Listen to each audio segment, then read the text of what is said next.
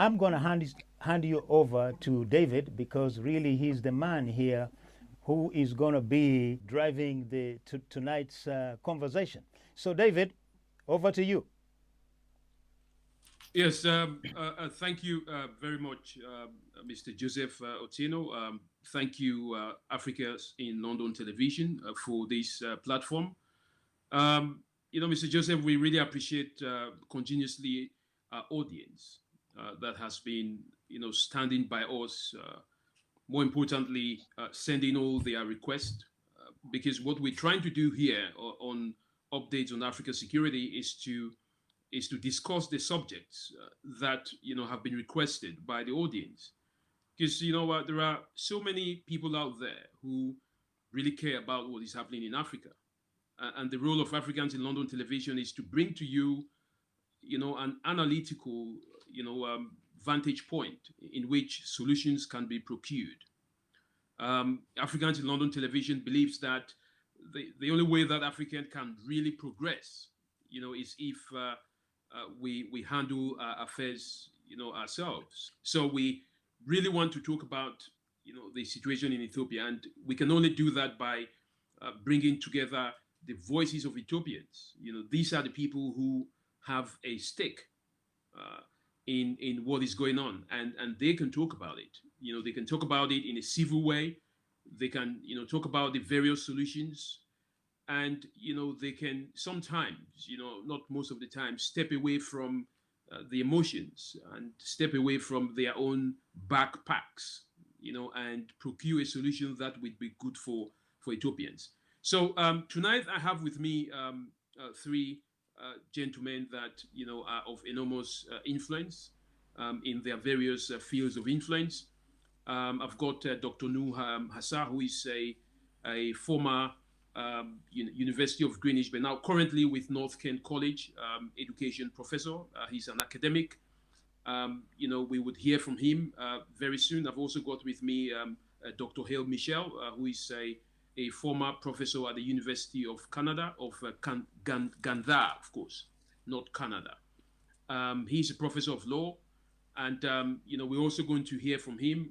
But I've also got with me a gentleman that has been here before, with great insight to what is going on in Ethiopia. Mr. Alex Bahanu, who is a civil rights campaigner and author. Gentlemen, welcome to the show. We're talking about what is going on in Ethiopia, and I remember that I was reading, some articles on Ethiopia, and I understand there are talks about elections that will or will not take place. But there is an ongoing civil war. Some people call it the Ethiopian war. Some people call it the war against the Tigrays. Some people call it the civil war in Ethiopia. Some people call it the war in the Horn of Africa. Now, gentlemen, let me start with you, Dr. Nuh Hassa. What is the cause of this war? Because our audience would like to know, because some of them are joining for the first time. What is the cause of this war, in your opinion? Go ahead, sir. Thank you, David. I think let's put it into a perspective of what this war, as you said, is all about. I think it's a long the history of this war has a long track. We can go back again back in 27 years ago. Obviously, Ethiopia is a country that has gone through quite a lot of conflicts, whether that is internal conflict or external conflict. But this particular war, which kicked in terms of as a hot war back in November the 4th, can be traced back in 2018. 2018, there was a change to the leadership of Ethiopia. The Ethiopians had a brand new prime minister by the name of Abiy Ahmed. And Abiy Ahmed came on the back of a 2 years of protests and quite a civil discontent, mainly from Oromo population, an Oromo uprising, and also to some extent to the Amara ethnic groups as well. Alex Bahanu, do you agree with Dr. Nur Hassan as to this mix of a historical remote course from 2018 up until when we had the crisis kicking off on this 4th of November or 5th of November? Is that your view? That is the same trajectory? History of Africa, especially that of Ethiopia, power transfers from another group from one group to another group through the barrel of gun. This was part of our history.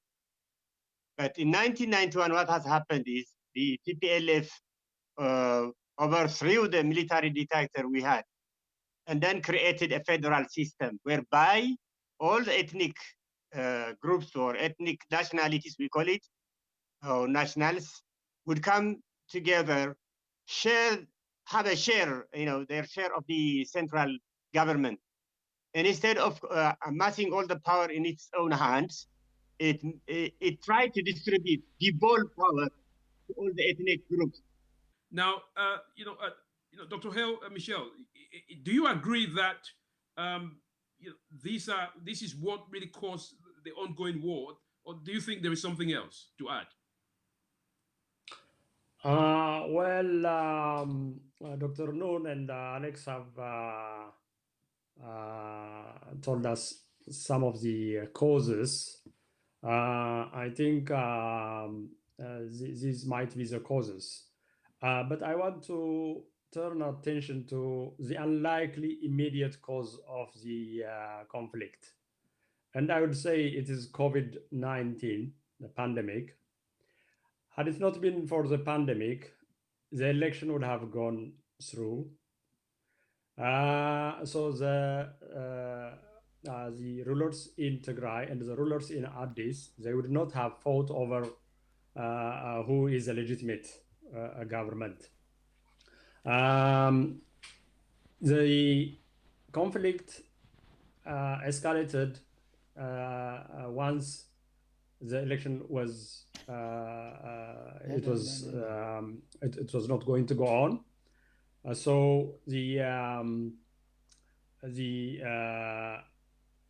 party in Tigray, TPLF, they said they will not recognize the Addis government, the Abiy government.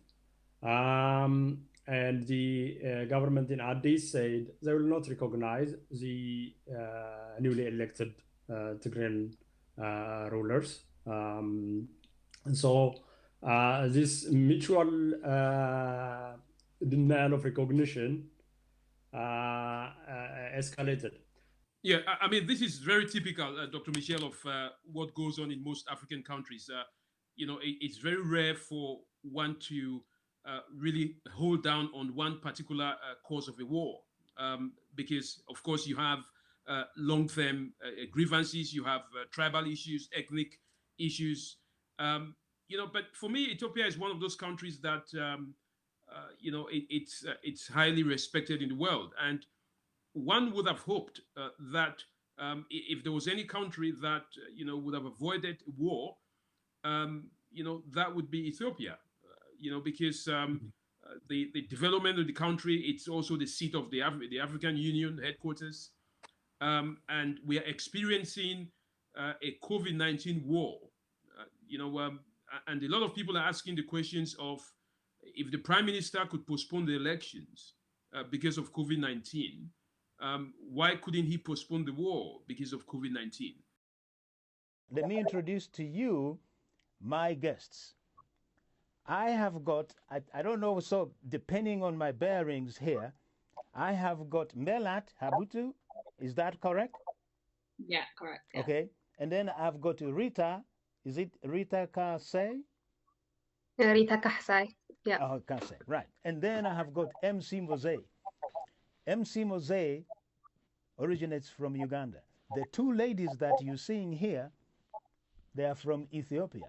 Tribalism is a big problem in Uganda, and the opposition is using it to justify their drive for leadership, and the main government is also using it, nepotism and all those type of things.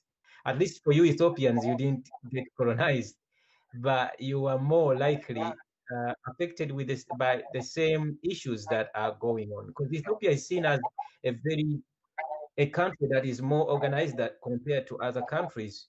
This is because your government only allows information that benefits the leading government. So we don't get to know what the poor regions are going through, because that information is not allowed to come out of Ethiopia. So when you, the diasporas, when you start speaking for the voiceless, I find it quite interesting. Another thing we have to remember is Ethiopia wasn't rallied behind this one Ethiopian notion. So we had different identities, and we came together to create Ethiopia. So in order for someone's identity to be Ethiopian, their individual rights and their regional rights has to be respected and upheld first, right? So we do believe in nationalism, but nationalism can only exist if individual rights are respected. The problem with it now is we are in the year 2020.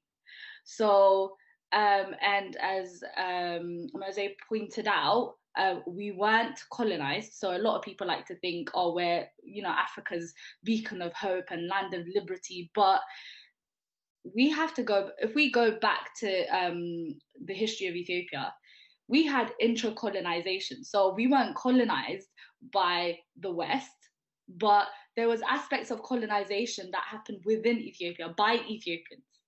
So a lot of Africans are still reliving, they're reliving the trauma and still suffering from the trauma that has been created by colonization. We're still suffering from the trauma of colonizing each other. We need a slow reform. And to begin with, when Abiy came into power and he introduced all these amazing things, freeing political prisoners, allowing the parliament to be 50% women, 50% male, all of these new things that sounded brilliant. I remember I went to Ethiopia that year, and even went into Tigray, and in Tigray the people seemed hopeful for this new change. So it's not that this prime minister has one ethnicity. It's that he is right now, I believe, in systematically trying to create hate amongst the people against one ethnic group.